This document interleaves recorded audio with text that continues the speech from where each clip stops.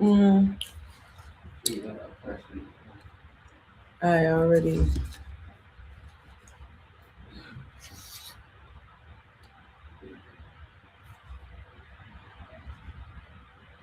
This is 24-year-old Deara Hood. Detectives are questioning her about the murder of 28-year-old Stephen Carden.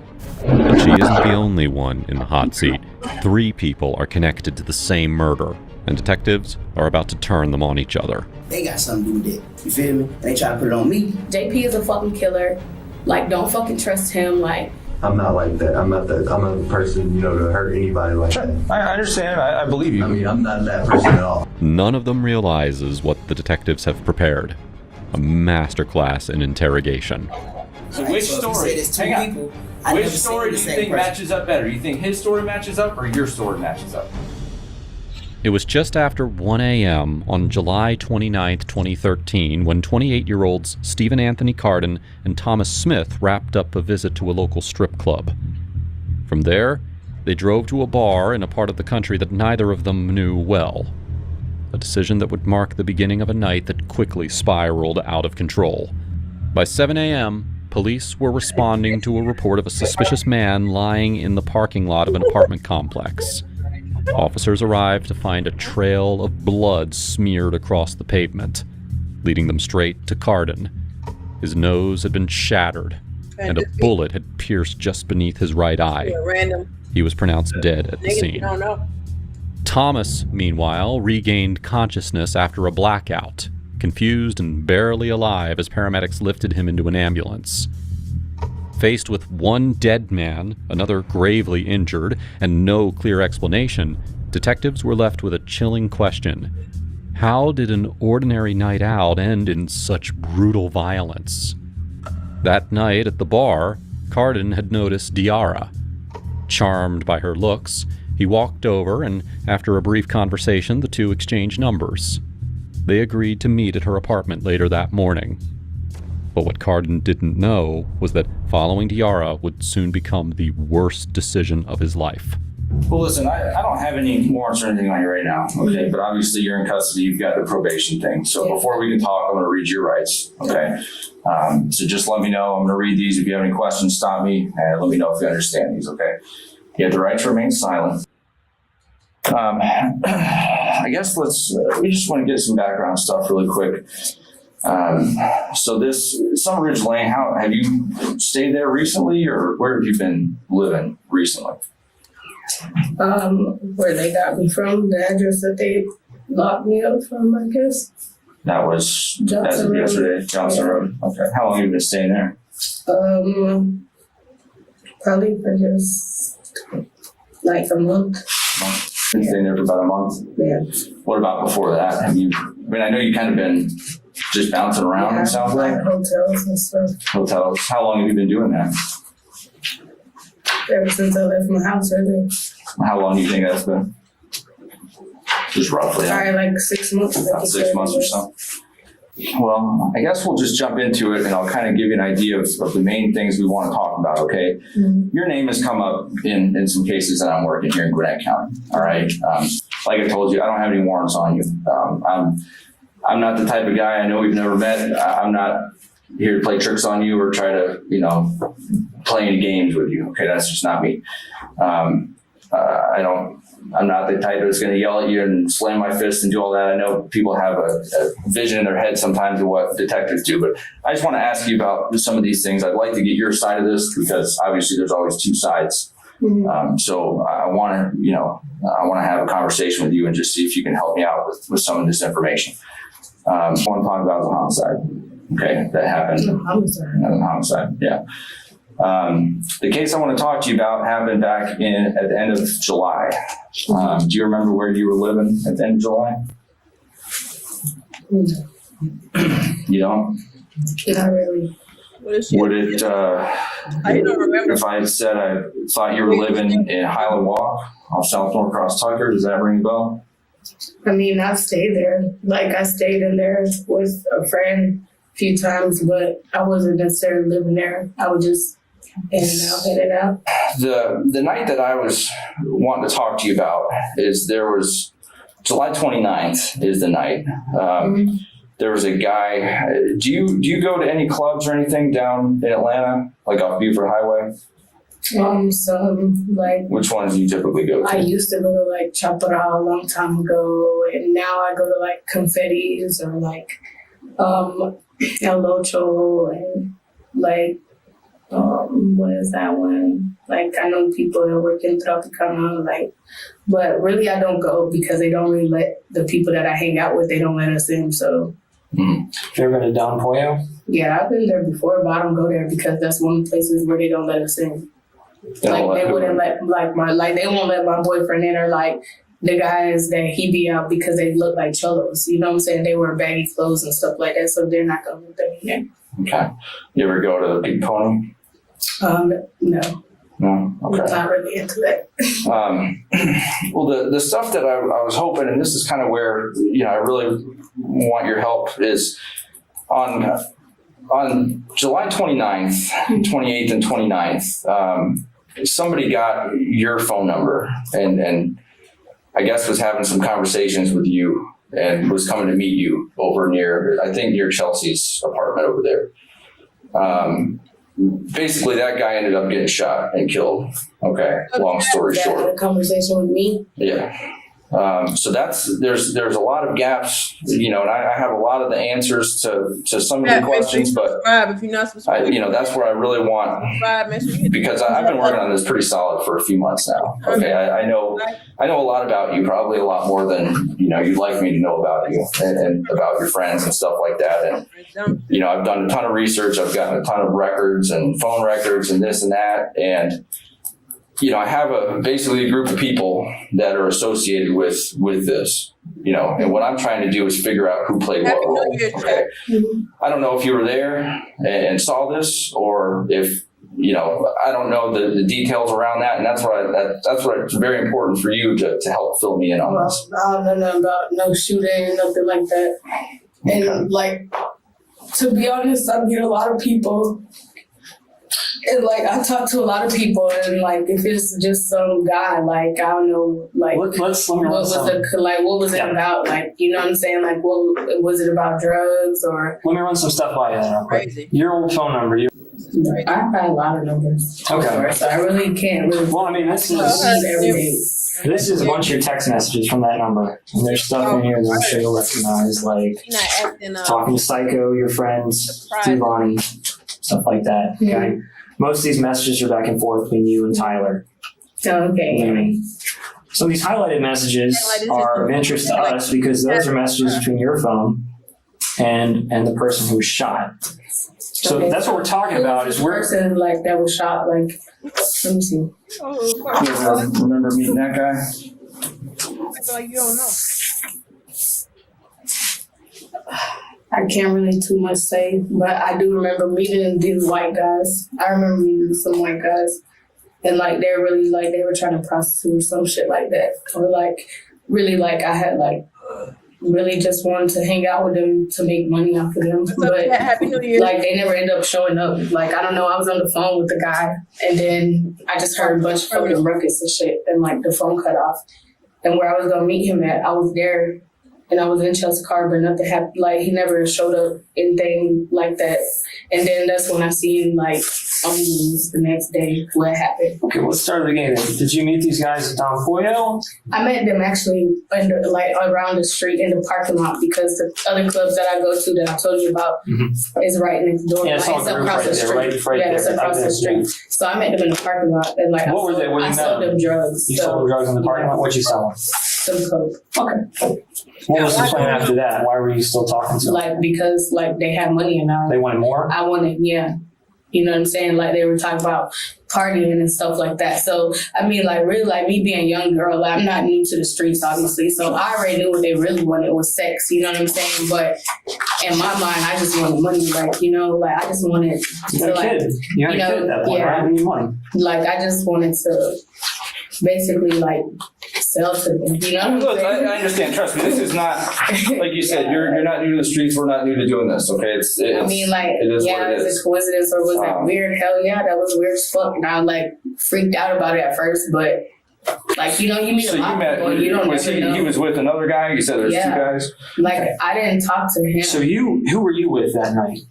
Me, Yes. when I met them, When you met them? When you sold them like the drugs? when I who were you sold them with? the drugs, like I walked up to them by myself. Like I was by myself because, like I said, I know what they wanted from the beginning was like sex, just from the way that they were looking at me. Sure. But since they wanted to talk, I was like, oh yeah, you know what I'm saying? Like shit, I'm about money. Like, man, I'm sure I've been locked up for trafficking from this county. So That's why you're on probation. yeah, so that's what I do. You know what I'm saying? Like really, that's what it was. Sure. But Okay. at So, the club, I was with Lumi. uh-huh. Chelsea was not there. Like, we were with other friends, like some other Hispanic folks, like Puerto Rican guy and a Puerto Rican girl.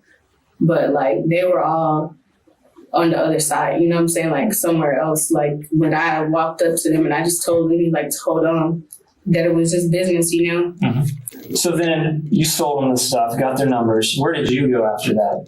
After everything happened, like, yeah, I was there. They were supposed to meet me there. So you went home from the club area. Like, I went to Chelsea's. I didn't go home. I went to Chelsea's house. And they were supposed to meet me somewhere close by there, but they never showed up, like, at the gas station where I told them to meet at. Like, the little, like, That there's a Shell Shell. station. Yeah, there's a Shell right there and, like, a Chevron and stuff like that. And I told them to meet me there, and I stayed in the front, but, like, I never saw them.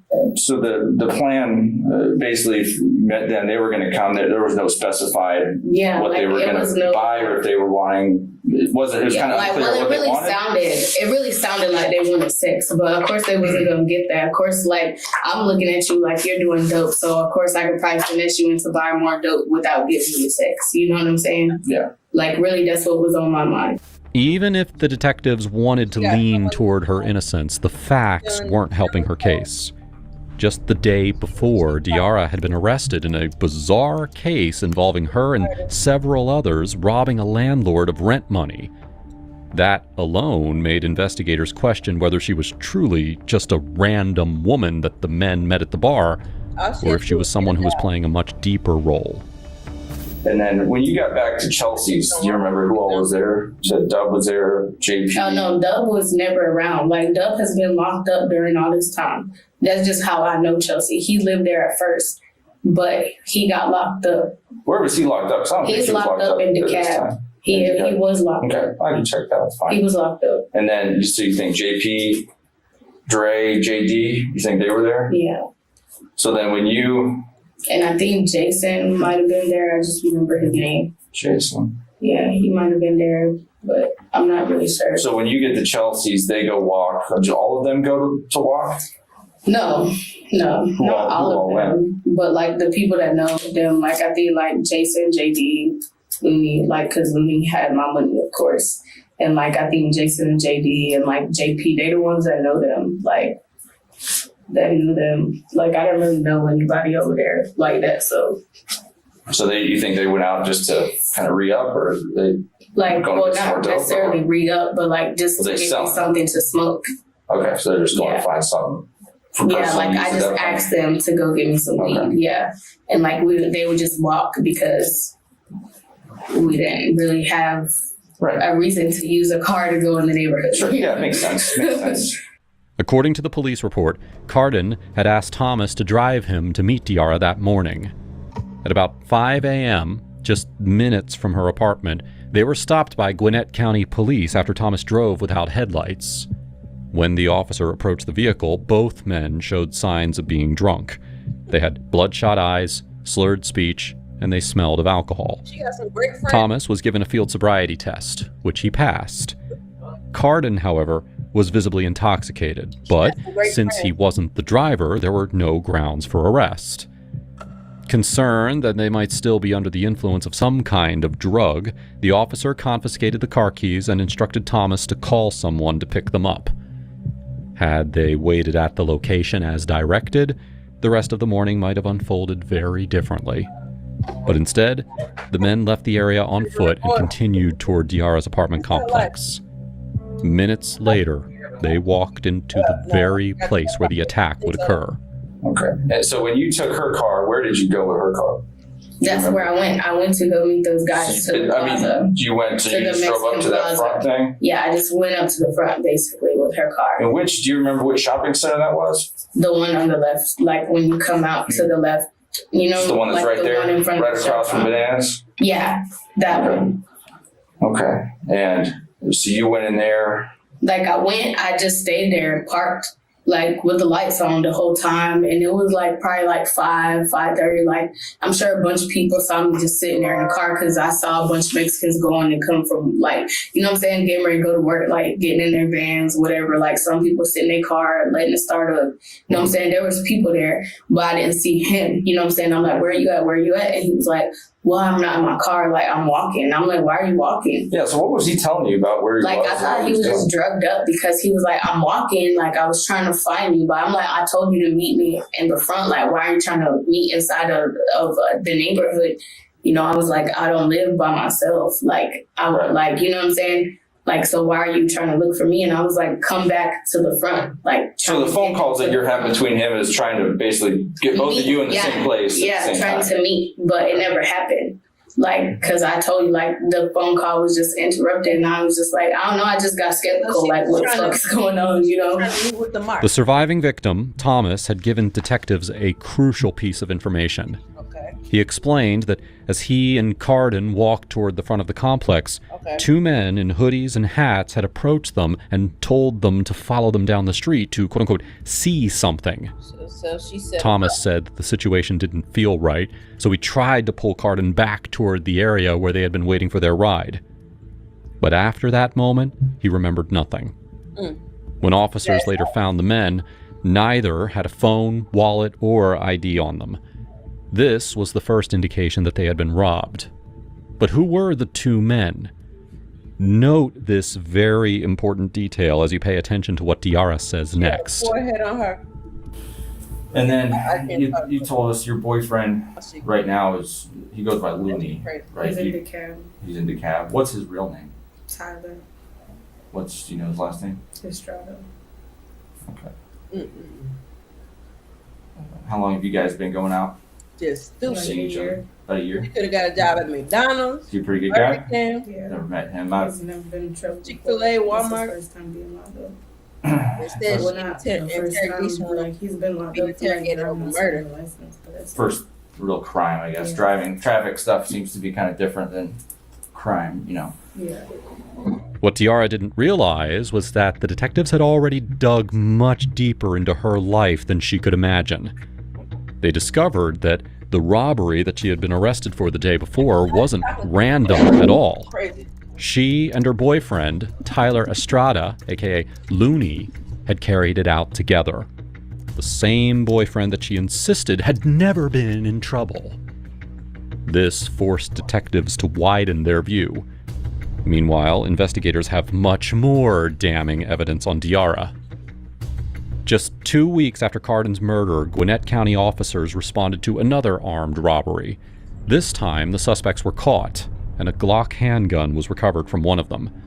When the gun was tested, the results stunned detectives. The .40 caliber Hornady casing found beside Carden's body was a ballistic match to that exact gun. But the real twist came when the suspect claimed that he had purchased the gun from a lady 2 weeks before the robbery. Because when he described the said lady, detectives realized that they weren't dealing with a mere coincidence. Well, I guess the biggest things that Make I think we need to y'all thumbs up. kind of iron out. There's a few things. About to be doing You know, like I said, there's all I need from you is the truth. Okay, because obviously in something like this, Like I said, this is a very important conversation for you. I'm trying to think of how to put this to where it makes the most sense. Obviously, this is a very serious crime. Okay. And I think most of what you're telling me is true. I don't have reason to doubt, you know, probably about 85% You of what think you're it has telling something me. to do with what happened? Well, I'm going to explain to you. I'm going to explain to you. And I don't know that you were there and witnessed it. That's not what I'm trying to say. But what I want to get across is that more than your phone has come back around to you in this whole thing. Do you have any clue what more I could possibly link back to you in this whole thing? Or the group of friends? She don't even know that. What I sold to them? No, have nothing to do with drugs. I don't care about the drugs. You have one really big problem right now, which is why you're here talking to us. What? Okay? A picture of a gun, of me holding a gun? Do you know why that gun's important? Why? Can you guess? I don't know why that gun's important. That's the gun that killed the guy in this apartment complex. Well, that's not even my gun. I understand that. That's why it's important. That's why it's important for you to talk to us, because we need to know the history of this gun. Well, first off, the history of the gun was like, The gun that Diarra was holding in that Facebook photo wasn't just any weapon. It was distinctive, high-end, and... You gotta be kidding me. So she was holding the gun on Facebook, knowing that it's been used in a murder. That's what I'm saying. Like, motherfuckers just be dumb as hell. As many cameras and as many detectives be looking at Facebook and social media, y'all gonna kill somebody and then have the murder weapon on Facebook. Like, here, come and get me. Stupid. rare to see on the streets. And it was the same gun that was recovered from the robbery suspects 2 weeks after Cardin's murder. The same gun that matched the .40 caliber Hornady shell casing left beside Stephen Cardin's body. well, at first, I guess the guns were Dub's. And when he got locked up, all these little guys that were around him or whatever, because, you know, like, I guess y'all should know that, like, how I know Dub was he sold me weed. You know what I'm saying? He sold dope. So these little guys that was around or that's related to him was supposed to be like his little guys. So I guess they took over and they the ones who had his guns. So that's why, like, you know what I'm saying? Just when like take a little Facebook picture with it. What they did with the guns, I don't know. Who normally carried that gun around? Well, I know mostly like JP carried them, like because he was the oldest out of everybody. So he was the one that J Pistol, they go by that too. Yeah, like so he was the one that really like told them what to do or how to do. You know what I'm saying? Like, so I don't really know what happened to the guns like after we left them or whatever. Are you starting to see why this is important to you, though? Why this conversation Because is I have important? this gun. What, No, you think I no. Because you're talking to this guy who ends up trying to look for you in your neighborhood. He gets shot with a gun that's been in your possession. Okay, the situation you're in right here is we have to figure out if you didn't have this gun at that time, who did, and it's your group of friends. And this is very important to you because this is the difference from you being a part of this to you being a witness in this. Do you understand? Yeah, but there's like nothing more serious you can do with them. Like I never seen them, so Let me explain to you why this is so important to you, because you know I want to make sure that you get a fair chance to explain this, and you know we're not just out fishing for information. You know there's a lot more to this. You know, we have all your text messages, obviously. You know, I've got them pretty far back, and in your text messages, you know, it's not really a secret. There's several times in there where you've texted people about setting up robberies or with friends. The group collectively, one person or another has set up robberies. Okay, so you have to look at this from our perspective and from what the evidence that we have right now shows, and that's why what you're telling us is very important for us to understand. I have a pattern of you being involved in setting up robberies. Okay, I have you meeting a couple guys downtown, exchanging phone numbers, talking to them. They're coming to meet you. There's no dispute that their intent is to come down there to meet you. They don't live anywhere near South Norcross Tucker Road. You know, I've got now, you know, that on face value, it is what it is. But then we start adding other stuff to it, which now we've got the gun as a component in this. You know, pretty much every picture I have of that gun. That's exactly why we moved from Atlanta, because all that stupid shit. Like, niggas just be on some dumb shit and just willing to take a motherfucker life for no reason. They'll do anything except get a job. Either has you or Looney holding it. Okay. Let me tell you kind of what I've come to find out. Okay. This TV was taken by a guy that lives right around the corner from you guys. Okay. Or I should say a 32-inch Vizio plasma TV. Maybe the same TV, maybe not. But we'll talk about that. It was taken by two females that basically pistol whipped this guy and tied him up with a belt, put him in his bathroom, and started stealing the stuff out of his apartment. And then when he comes out, he gets himself loose, comes out and starts tussling with one of these girls. She cracks off a couple rounds from a handgun. Does any of this sound familiar to you? No. Okay. Now the description of the girl, because some neighbors were watching and they actually called the police as it was happening. Description of the girl was kind of a possible black female, possible Hispanic, kind of a medium complexion with a blue bandana on. Okay. So obviously we're kind of getting warmer. Well, I know, but there's a lot of people that look like that. I understand. Now, I mean, any gang member that represents blue, no, it's fair enough. Like that. And there's a lot of brown skinned girls. That But what's interesting, what's even more interesting though, is that we recovered a shell casing from that one. Mm-hmm. And guess what gun that came out of? That gun right there. That's How do you even know the same gun that I'm holding? Because we can compare it. Yeah. You're holding a 40 caliber Glock with an extended magazine with no sights on it. Mm-hmm. Very, very distinct gun. Okay. Mm-hmm. You don't come across I've never in my career as law enforcement, nobody I've talked to, our firearms training center, nobody I've talked to has ever seen one of these with the sights removed that people are carrying around doing robberies with. On top of that, it's a 40 caliber Glock. Okay. On top of that, it has sights removed. Like on the top of this, you have sights on the front and back. This gun doesn't have them. Okay. So there's without a doubt that's the same gun. I'm telling you that. That's not even a question. Okay. Now, according to the GBI, who has a firearms experts, okay, they have that gun and they have the 2 shell casings, and they tell me that all of those came from the same. That might be the case, but like as you can see, obviously we're not the only. Like I wasn't the only person that had access to these guns. Like everybody that they came in contact with basically played with these guns. Or well, that's where if you got if there's a story behind it, this picture was taken at the same time you were texting Looney about you were about to do a lick. I mean, that's where it all started. Is you're texting him, telling him to watch the news. I'm about to do a Holly? Is that what you? Well, that's a bad joke because as you're texting him that and you're saying I'm about to do or I just did this. What is it? Holly? Is that what you call it? GA-LYD? Mm-hmm. How do you pronounce it? That's how you Holly? Okay. Yeah, Holly. As you're texting him about that on the 14th, which I don't think those text messages are in there. Right. Well, it was because I was really stressed out and pissed off. But what I'm telling you is as you're texting... living with some niggas that I didn't want to live with. What I'm saying is as you're texting him that, you're telling him I'm putting a picture on Facebook, and that's a picture you're putting on Facebook as you're texting him but about doing this. But I was in the this. house. At that time, right. I'm not saying that was done at the scene. But do you see what I'm saying? Right now, this chart, I could charge you with that right now. Like it looks bad, okay? You can charge me with this. I could easily charge it. I could convict you on that all day long right now. Okay. That's not my big focus here. Okay. It is, it's a very serious crime, but my focus here is on this homicide. So what I'm saying is that people have been pushing me to probably charge you with homicide for a while. Okay. But I like to get the other side of the story. Well, now, this gun, I'm not saying you did. But what I'm saying is that right now, it looks like you set this guy up to get robbed, which resulted in a homicide, which by law means that you're just as responsible for the homicide. So if there's more information, the only way at this point, if there's more to it, because this gun is in you and Looney's hands this whole. The JP, he was the one that was in control of them guns, not me, not Chelsea, not anybody else. So you're saying JP had the gun that day? Yeah.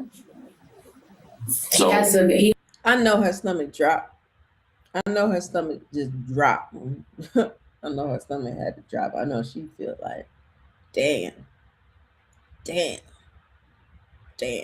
Murder. He had the guns mostly every day. So tell me about JP. What's his deal? He's just a big black guy that is like. I know who he is. Really institutionalized and I'm familiar. I know who he is. Really, that's why I figured out that they were not really great people because when you're around somebody for a little while, you know what I'm saying? Like people can cover up tendencies or be, you know what I'm saying? But like that guy damn near try to pull me on top of him like some fucking scary shit. Like so tell me about him. What did they talk about when they got back? Did they do this? I don't know if they did or not. Now they about to start telling on each other because it's 3 of them. So they interviewing her right now, but they got her 2 accomplices. So now they start telling on each other. Just nobody safe. If fucking K-Su own father told on him, K-Su for that murder. I don't know why niggas think that you gonna do a murder with somebody and you and if the police come and try to charge y'all with it, that somebody is gonna take the blame for you and be like, oh no, I did it. They didn't do it. Like, no, nobody give a fuck about anybody, especially niggas that do this type of shit for sure. There's no honor amongst thieves. You ever heard that saying before? There's no honor amongst thieves. So I really don't know. But I knew that, like, let me say this. Like, I can't say if they did it because I did not watch. You get what I'm saying? Like, I was not there. They knew that I was going to meet them. They wanted to do it, but I was just like, nah, let me see, let me get some money, let me get some money. You know what I'm saying? They wanted to do what? Rob him. You know what I'm saying? Who's they? When you say they, who's they? Like JP and like his little group or whatever. Well, specifically, JP and who else? That's important to be specific. Because like you said, we don't want to put innocent people. Everybody just talks, like, I don't know, like, who said what, like, to do what, like, I mean, I be on drugs. Obviously, you see a fucking pint of codeine in my hand. And I tell you that I smoke weed every day, like, I drink. If there's one thing in your whole life that it pays off for you to think very hard and remember, I promise right now is the time to do that, okay? This is probably the most important conversation you're ever going to have in your life. Yeah, right. And Looney was just like... So what did Looney tell you about all this? Come back. He's just like, come back. Like, that's it.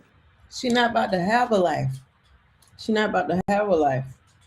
Once they charge her with this murder, she's going to be in jail for life. She's going to be in prison for life. So she might as well just say she did it. She might as well just say she did it right now, because once they find out she's lying, what she probably is, then it's just going to make it even worse. And then we just talked to him when I got there. What did you talk about? Like, what happened? He was just like, he a crazy motherfucker, and that he was like scared basically of him. Like, really. What did he say? Tell us what he said. Did he say he killed somebody? Yes. So Looney told that to you? Yes. He said that JP is a fucking killer. Was Looney there? And that he doesn't fucking want to be around him, and that we need to get the fuck from around him. That's what he said. Did he do it in front of Looney? I'm guessing. I mean, Looney was basically fucking traumatized of this guy afterwards. So I'm guessing he saw it, whether it was up on him or from a distance. But I'm guessing maybe he saw what happened. No, I think you know. I think Looney told you. Yeah, like I'm guessing he saw. I mean, yeah, but whether he saw it from up close, I never asked him all that. Like, I'm not the police. Like, I'm just gonna try to console him, and that's it. Like, I'm not gonna be like, how close were you? Like, what did you see? Like, you know what I'm saying? I just know that he's just told me, like, look, JP is a fucking killer. Like, don't fucking trust him. Like, you know what I'm saying? Like, and I was just like, hey, look, shit, we're not supposed to do, like, you know what I'm saying? Like, shit, we're not supposed to be like that. You know what I'm saying? Like, I was just supposed to try to get some money. Diarra told detectives that she had been on the phone with Carden when JP and Looney overheard the conversation. According to her, that's when JP suddenly suggested robbing Carden and Thomas. She claimed that she rejected the idea at first, but then later agreed on the condition that she'd handle the robbery herself at a moment when the men were vulnerable. The plan, she said, was simple. JP and Looney would stay back and they would only step in if things went wrong. But, according to Diarra, JP, quote-unquote, went off script. Instead of waiting, he approached the men too early and shot Carden. Detectives didn't buy it, since Diarra's story kept changing every few minutes. So, they brought in 18-year-old Tyler Estrada, aka Looney, for questioning. And what he told them would flip the entire investigation around. From what Diarra told me, you guys were at Don Pollo that night. And then, can you just kind of walk me through what happened? We were from there, so I don't remember that much, but we were at Don Pollo. I remember they had came pulling up or something like that. And I don't know if they came up and they pulled out baggies of methamphetamines, I guess. They showed us outside. The police was everywhere out there too, but they had pulled out baggies of methamphetamine or whatever. I guess I don't know if they wanted to sell it or whatever. And they also, I guess, she got their number, and I guess they thought she was a prostitute and she wanted to trick off or something like that. So she ends up making it seem like she is a prostitute, I guess. Where I guess, we go back to the house and they just rob them, you know what I'm saying? So I guess they end up coming back to around. That's crazy, chat. My whole life, I ain't never been mistaken for a prostitute. Like, what kind of life is she living where niggas is mistaking her for a prostitute? That's crazy in and of itself right there. Highland Walk. I'm not familiar with Jimmy Carter, so I can't, tell you the specifics. Yeah, I understand. But they had called her and they was like, yeah, we just got pulled over or whatever. So their car got parked somewhere, and I remember them walking towards Highland Walk or the apartment next to it or whatever. And then me and the black guy, which they call JP, we started looking for him. But when we went looking for him, it was like I wasn't really feeling comfortable doing it, I guess you could say, because this guy is way too thrown off. Like, this guy, like, almost he could have murdered me and DR at the same time. So, like, one guy was on the phone with her, I guess, I don't know. And then one guy was right here. Once JP pistol whipped, I guess, hit him in the head with the gun, and he had fell, I turned around, started walking back. JP, when I was walking back, now they're lucky the nigga that pistol whipped one of the victims, which there was 2 victims, but only one died. But the nigga that pistol whipped him, he lucky that nigga didn't die too, because they said when they got there, he was, he was still passed the fuck out. He didn't even know what the fuck had happened. So he obviously hit him that hard. There's been people that's been killed from one punch. So let alone getting pistol whipped in the head by a pistol. So he lucky he didn't get 2 murder charges. I guess JP got into it with this other guy. I don't know who's who or who got shot, but he got into it with the other guy, and all I heard was a gunshot. But I was already on my way back. I wasn't comfortable with doing that, and really somebody like him, like, I'm not like that. I'm not the person, to hurt anybody like that. I understand. I believe you. I mean, I'm not that person at all. Like, that was not supposed to happen. It was supposed to be a robbery, but I did not feel comfortable at all doing it, like, with this guy, you know what I'm saying? Anytime the cops say they believe you, that means they don't believe you. They know that you're lying. Nothing was supposed to happen to nobody.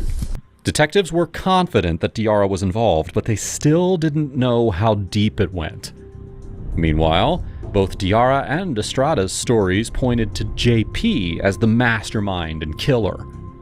But the detectives couldn't help wondering, was JP truly the driving force behind the murder? After nearly 5 hours of questioning Diarra, things got interesting when phone records from her number revealed that she had been in contact with JP at the exact same times that she was on the phone with Carden, even calling JP immediately after her final call with Carden. But what did this really mean? To finally uncover the truth, detectives brought JP in for an interview. Let's have a real conversation here, right? Because you got to survive. All right, you're living on the streets, you don't have a job, you got to survive. All right. Like I said, this isn't our first day. This isn't your first day. We've all been around doing this before, and right now I think we're just kind of floating around in no man's land with this conversation. Let's get to the meat of this conversation. All right. There's dope moving out of that apartment. Okay, you're moving. You're helping with this. I'm not helping with none of that. I'm not helping with none of that. JP, I'm not helping with none of that. You are lying to yourself so bad right now. I'm not helping with none of that. My hands is washed. So you're the only person in there when people are doing all this stuff? A lot of people ain't moving nothing. Just because I said if they had people, so what, if they had their friends over there, dude might be a drug dealer. You know what I'm saying? He might be a drug dealer. Guess what? He bring the supply. You know what I'm saying? That's him. That ain't got nothing to do with me. I'm out my business. He mind his business. So who's moving the drugs? Who's moving the drugs through that apartment? Nobody. Nobody moving no drugs out of there. You just said they were slanging, man. No, I'm talking about he's saying like it's a trap house. You see what I'm saying? I'm not saying that. If one person come over there with some weed and he be like, oh, let me get a little blunt from you. And they bad like that, you know what I'm saying? That's what's going on. We partying over there, you know what I'm saying? Now we drinking, yeah, I get the liquor and all that, you know what I'm saying? The booze and stuff, we in there drinking like a mug, you feel me? But other than that, man, there ain't no heavy drugs over there like you thinking crack, you know what I'm saying? And all that other stuff, you know what I'm saying? Like weed, yeah, you know what I'm saying? Weed in there, yeah, herbs in there. But other than that, ain't no just heavy drug dealing going on with that dope just beating all night, you know what I'm saying? So what about guns? People got guns in there? Nah. If people got their gun, yeah, some people got their gun. Detectives let him talk, deny, and distance himself from anything resembling a cold-blooded murder. And then, at the perfect moment, they set the trap. They asked a question that looked harmless. And just like that, JP gave them the answer that they were waiting for. What kind of gun did you have? I touched this one nigga. He had a little. He had a 357. What did it look like? Just little big thing, little big 357. What color was it? Like silver. Silver. And what was the other one? It was like what it was. He had 57 and he had a 40. Okay, what did that one look like? It was all black. For real. What kind? I don't know what kind. It was just 40. So what'd you do with it? You looked at it, Nah, everybody looked at it. I just looked at him like, oh, all right, bet. You know what I'm saying? He looked like everybody got to do some damage. And I gave it back to him, feel me? With both of them? You did that with the 357 too? Yeah, he came over there once or twice with his little guns, you know what I'm saying? I'm like, oh, buddy, stay strapped up, you know what I'm saying? That's just what it was. You feel what I'm saying? Wasn't no like. And who's this guy? I don't even know his name. You know what I'm saying? I don't know his name, but he was cool with people that was over there, you know what I'm saying? What does he look like? He was in the house. Sure, you know what I'm saying? He tall, you know what I'm saying? Kind of slim, you feel me? Got a full beard, you know what I'm saying? What's his nickname? I don't know his nickname. I ain't that good with names. See, I told you, these people right here I've been around though.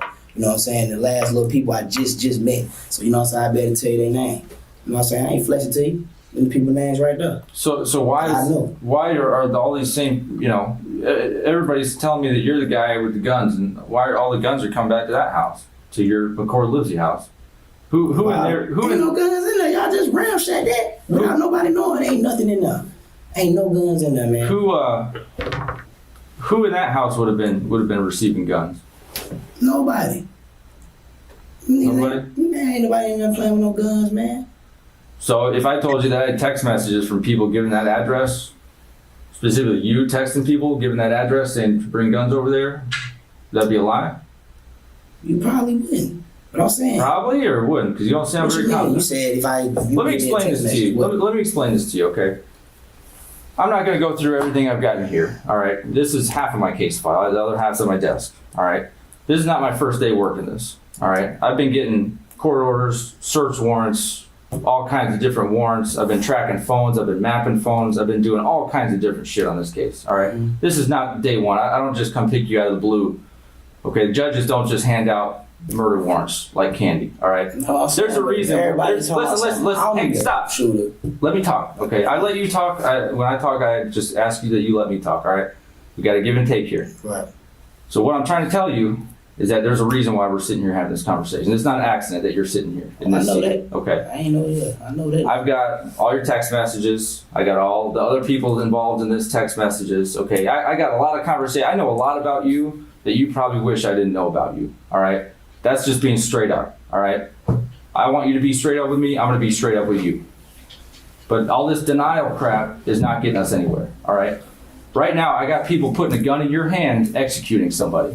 That sounds pretty fucking bad. That's right. That's right. I'm in here like. That's going to sound pretty bad when people start looking at that. That's what I'm saying. So if there's more to it, because the same people that are telling me that say that when you told them that you're saying stuff like guys are reaching for something in his waistband. And this. So if there's more to it, and maybe there's something else that provoked this, or this shouldn't have happened. All right. This was listen, there was a robbery that was going to happen. All right. I know that. Why did it get to this point? I don't know. But that's what we need to talk about here, because that's the shit that's going to make all the difference in this, is why. That's a question. People are going to be asking why. Why did this happen? Okay, is this just somebody going out, acting stupid? Is this something that's on dope? Is this somebody that was threatened at some point?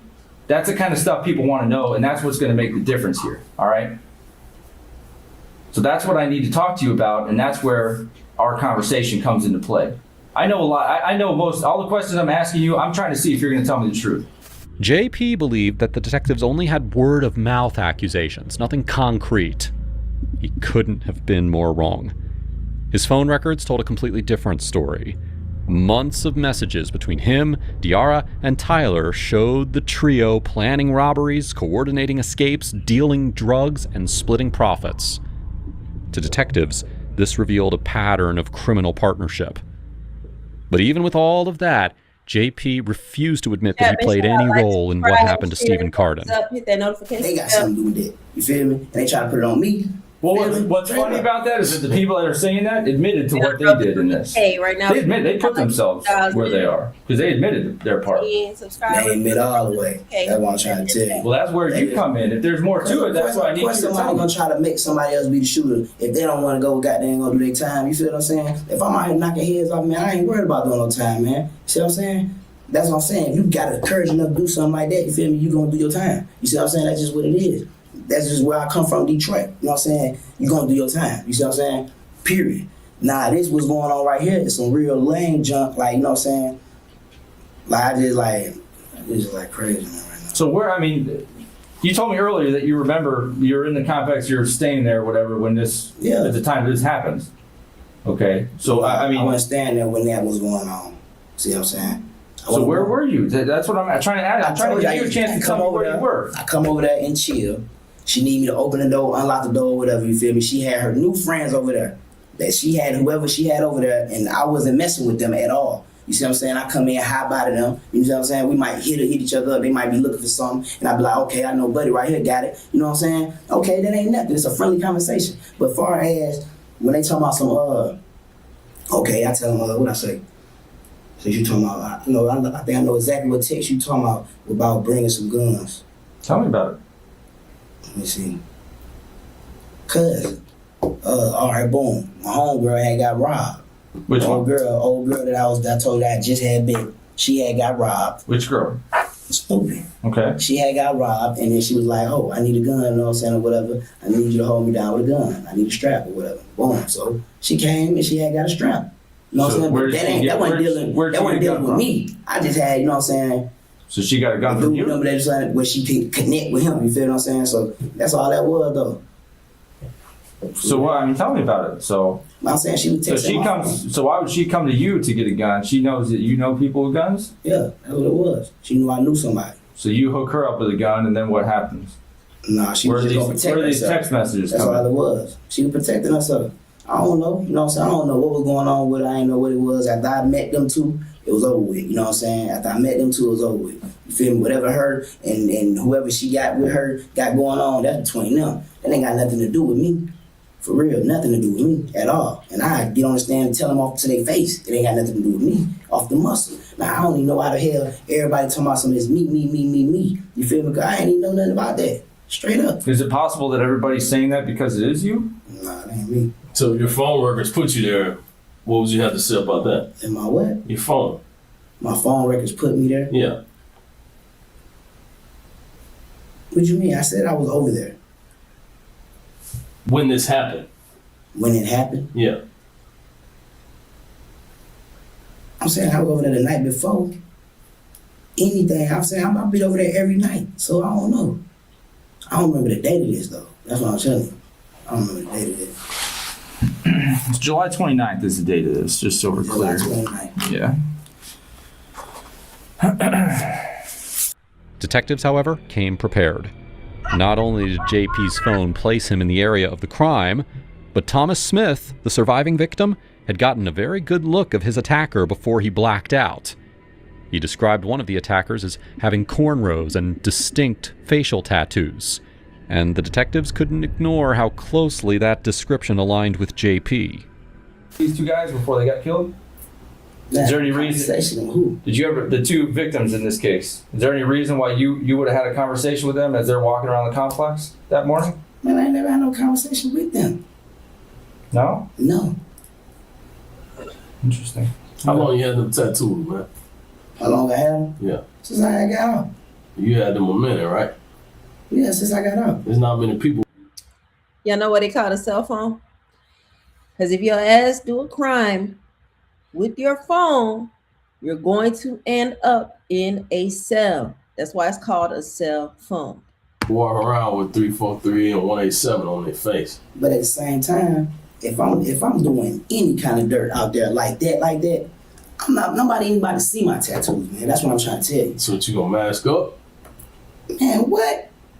If that's going on like that, I'm not gonna listen. This right here, that's what I'm trying to tell you. What does the 187 mean? That ain't my MO. What does that mean? What does 187 stand for? You know, for all my people that had got killed, you know what I'm saying? That's what 187 stand for. I lost a lot of people, you feel me? So that's what it was. 313 is Detroit area code, you know what I'm saying? My little sister name right here. You know what I'm saying? It all means something, but it ain't no gang, nothing. You know what I'm saying? Nothing. But how does that translate to the people, the 187? To what? The people that I had lost? Mm-hmm. Yeah, it translates to them a lot, you know what I'm saying? Just, you know what I'm saying, giving me my memory of them instead of just putting a whole lot of names on me. You know what I'm saying? 187, my fallen ones, you feel what I'm saying? That's exactly what it means to me. You feel me? So, you know, that's what it was. So all right, so now you're familiar with the incident, all right? So we're getting over these humps little by little. I've been familiar with the incident. I just you ain't no understand snitch, you know what I'm saying? I ain't no snitch, you know what I'm saying? But shit, since they put me in the play, I ain't got no choice. You know what I'm saying? I ain't got no choice but to say something. So tell me what happened. Boom, she got down. They went to a club that night. What club they go to? I don't know. Let's walk through slow and let's be fairly specific. Her and her dude went to a bar. You know what I'm saying? When they went to the bar, I guess they seen some dudes and whatever, you feel what I'm saying? So they came back to the house. You feel what I'm saying? When they came back to the house, she like, oh, I got these dudes, you know what I'm saying? Basically saying, you know what I'm saying, they about to rob niggas, you know what I'm saying? So Buddy and her had the gun. She drove the car, you know what I'm saying, to go over there. You feel what I'm saying? So when she went over there, all you hear goddamn gunshots, you know what I'm saying, when it happened.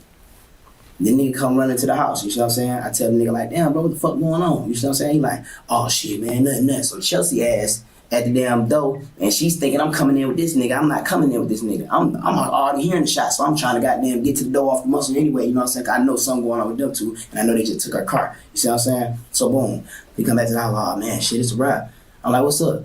He like, shit, boy, we just did these boys around the corner, you know what I'm saying? I'm like, what the fuck, man, you know what I'm saying? So motherfuckers started leaving. Everybody started leaving, you know what I'm saying? Boom, boom, boom, boom, boom. Goddamn, there was about 10 people in the house. Everybody started leaving. You feel what I'm saying? Real shit. Boom, all right. She leave, she take the gun, she take the kill tech, she take the 40 and the kill tech, and then try to go ditch the shit, you know what I'm saying, somewhere.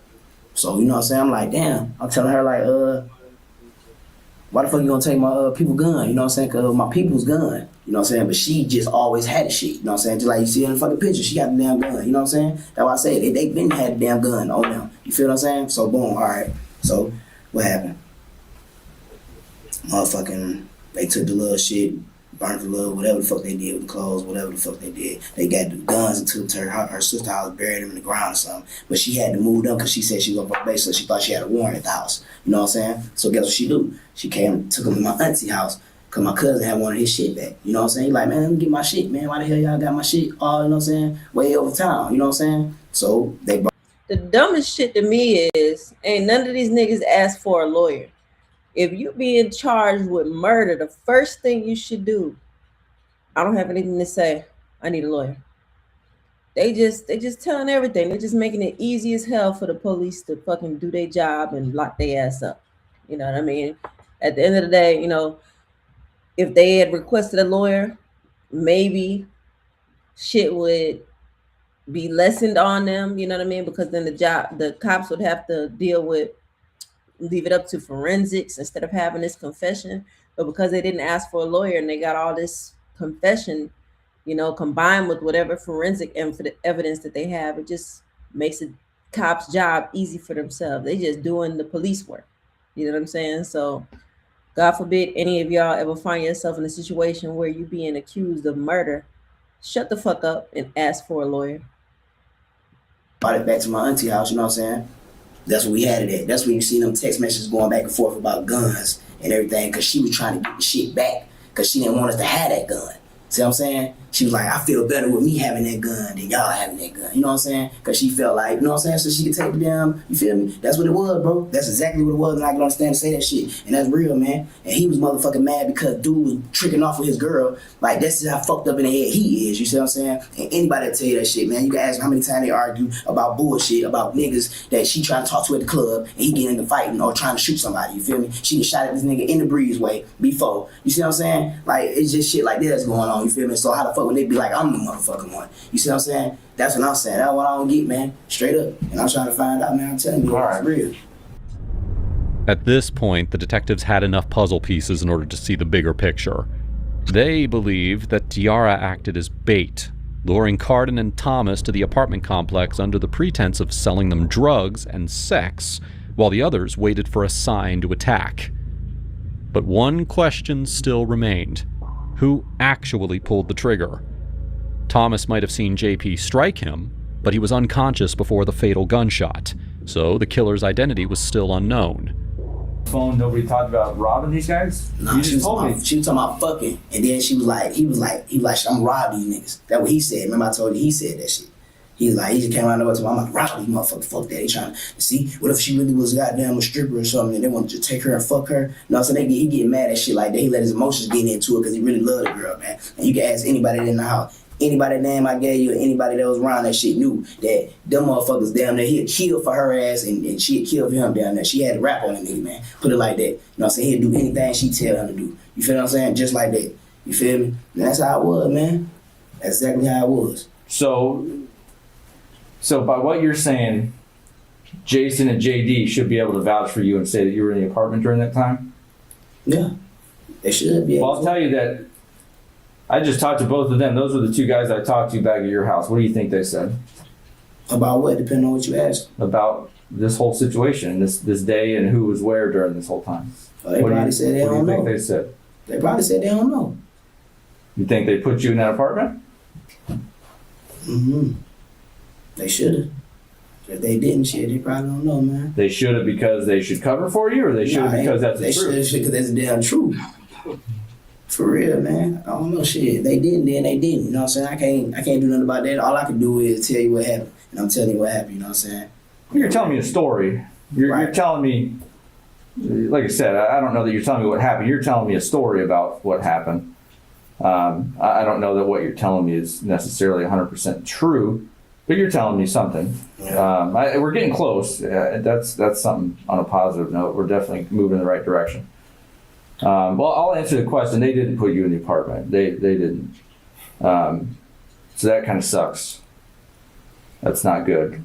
So, listen, man. I mean, your relationship with Snoopy and them, based on... After much back and forth, and the detectives reminding him that a confession wouldn't change the weight of the evidence, JP finally broke. And either left this guy alive, they weren't supposed to, or they fucked up and killed the guy in accident. I don't know what, but that's a shitty situation for somebody doing crime, because now you're done. Now everybody's caught, right? If you got two people that can't talk, then you got no witnesses. But now, dude gets knocked out, but he doesn't die. So he's alive, and he can talk. So guess whose version of all this stuff matches up with what story? Do you think his story matches up with the story you're telling me, or with the story that Looney and Snoopy told me? I'm saying I never knew. No, answer the question. Answer the question. Which story you think is more accurate to what the victim told me? Answer that question. The victim told you. Well, the victim told me the truth. Okay, because he would have no reason to lie. So right, which so story? Hang on. Which story do you think matches up better? You think his story matches up, or your story matches up? You think Looney and Snoopy's story matches what happened, or do you think your story matches? Their story probably gonna match, man. They probably been practicing all day. Damn story. So you know what I'm saying? You're not listening to what he's saying, man. Is he saying, all right, is he saying that is my story go good with it, or their story? I'm saying that you got the truth, which is the victim, and then you got your story on here, and you got their story over here. Which story you think matches? Let's be straight. Which one do you think matches? Man. Not at all. Wrong. Just because I don't know who the other dude was. No. And then they try to put me at the other dude though. That's what I'm saying, man. So you saying there was another guy? And it wasn't me, man. That looked just like you? And then let me tell you, I'm telling you, man, then he used to come in the house on some slick ass shit and try to be like, oh man, hey, who is this? You big dog JP. Old boy, her boyfriend, man. That's why I ain't never liked this nigga, man. He used to come in the house like. So you're saying that this guy's more hardcore than you are? Hell yeah. This kid whose only criminal history is a suspended license. Man, that shit flex, man. I swear to God, all that right there. So you're saying, hang on. He's always telling me, man, I don't get caught for shit. That what that means. What you're telling me is that Snoopy wears this guy out, runs a show with him. Yeah. And you're gonna let him run you around? He don't run me around. That's what I'm trying to tell you. That's why they ain't like me, because they couldn't run me around. They couldn't run me do nothing. You know what I'm saying? But at the same time, as far as going out there just going to do some shit, you know what I'm saying? As far as goddamn whipping out on a nigga at a gas station or anywhere, you know what I'm saying? That's them. I don't do that shit. You feel what I'm saying? I don't do that, man. I don't do that. I don't gotta rob nobody, man. I don't trap. You feel what I'm saying? But if I see goddamn, be like, okay, you know what I'm saying? They making a move too goddamn sweet. You know what I'm saying? Snatching a nigga off the plane. I can do that. You know what I'm saying? Snatch a nigga up. You feel me? But not no damn. You feel me? Not this. You feel me? So you're okay with kidnapping and selling dope and stuff, but you draw the line at murder? Yeah, Is that what you're saying? I ain't just about to not. You got no problem kidnapping somebody off a plane, but you don't want to shoot somebody. Nah, I ain't do that either though. I ain't do it. You know what I'm saying? I don't know what to believe. Nah, man. Come on, man. Come on. JP, you got my head spinning with all these different. Do you realize where we've gotten this conversation from where we started to? There's a big difference between the two. You feel what I'm saying? It's a big difference. That's a critical element for this case. Because that separates you and everybody else involved from being a cold-blooded killer to just somebody that got caught up in a robbery that just went sideways. You feel what I'm saying? That's a big difference, my man. That's night and day. And you gotta understand that, because now is the time for you to paint that picture for us so that we understand the difference between what happened.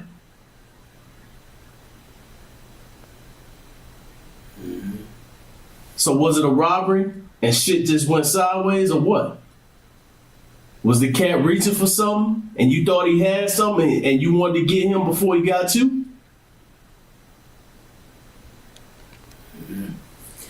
I don't know, man. It was like,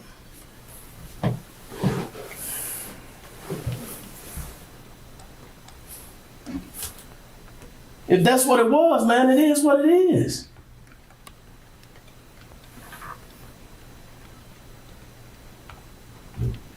That's what it was?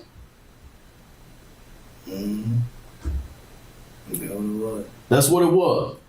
So you wanted to get him before he got you? yeah. So how did that happen? He going down. Nigga Just got murder. Murder was the Got it case done. that they gave. Who? Which one? Threw those on the ground. That they gave me. So was he reaching under his shirt? Yeah. He was going in his waist or what? Making up shit now. And you thought he was holding? Niggas just So you making up popped. shit. Out of fear. Now I went from all that to now. How many times did you shoot him? Dumbass. Just once. Where'd you shoot him at? Stupid ass shit and threw away the rest of his life for what? What did who Yes. was with you? Even get. Looney. Looney. What was he doing when this was happening? Man, He make the one better hit the decisions, nigga, man. y'all. So he hit the other dude. Man, he hit the nigga that was supposed to be out, you know what I'm saying? Stupid as hell. He hit him first. Nigga fell. You know what I'm saying? Nigga was reaching, man. You know what I'm saying? This shit. So he hit the other dude, and the other cat started reaching. Nah, he hit the first dude that got killed. Mm-hmm. He hit him What you mean he hit him? with a gun. Okay. You know what I'm saying? Dude fell. The dude went out. You know Uh-huh. what I'm saying? The dude started pulling up like a Ruger or something. The other one. Or the same one. Same one. Mm-hmm. You know what I'm saying? Shit. Now I seen somebody pull that motherfucker, I just let go. So he was already on the ground. Getting up. He was like this. He was on the ground like this, just like this. Man, it was almost over with, man. And they wasn't even paying attention, just went around the wall. He beat the other nigga up. You know what I'm saying? And that's what it was. So what happened after you shot him? We both ran Where'd y'all go? to the house, Where was Snoopy at? riding around. What'd y'all do when y'all got back to the apartment? Shit, they did everything. Took the gun, took the goddamn clothes, took everything. Where they took it to? Snoopy's sister house. And that's what it was, you know what I'm saying? Did all the stuff stay there? Mm-mm. But this is what I was saying, she had went back to grab Buddy phone. Broad day, you know what I'm saying? Mm-hmm. She went back and tried to grab the phone from niggas. So how soon after y'all got back to the apartment did she come back to the apartment, and then y'all went back and she searched you guys? I ain't go back with him. Okay, so you didn't go back. So did she come back to the apartment? Mm-hmm. What was said when y'all got back to the apartment? Nothing. Didn't say shit to their ass. I was mad as hell. So what made her decide to go and search him?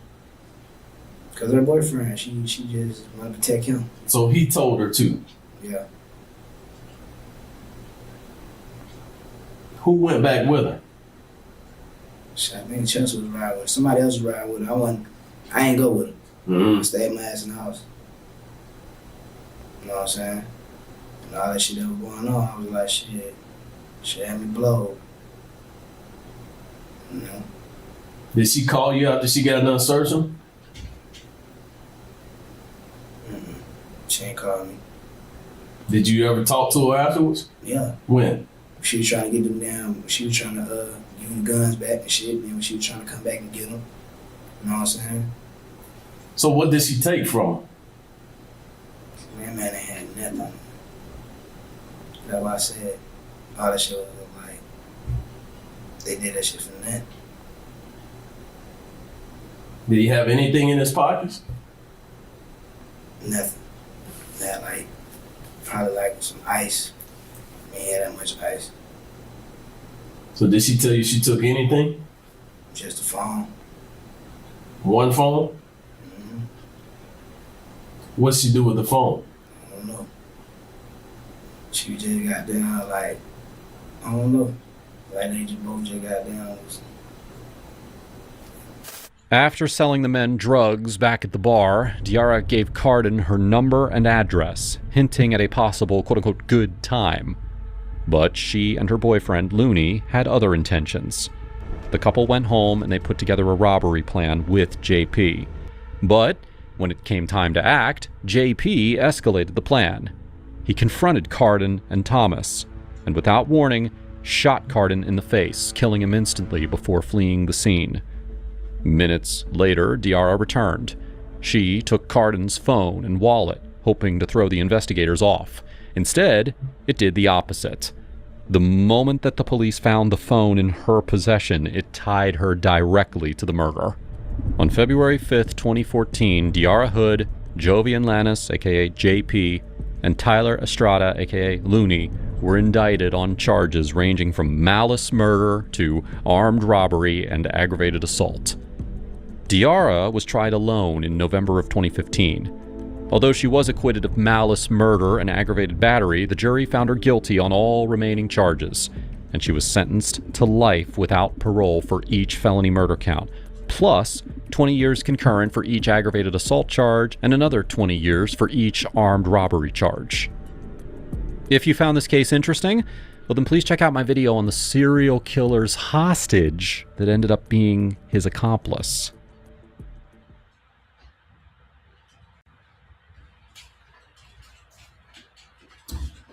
Well, there you go. There you go. There you go.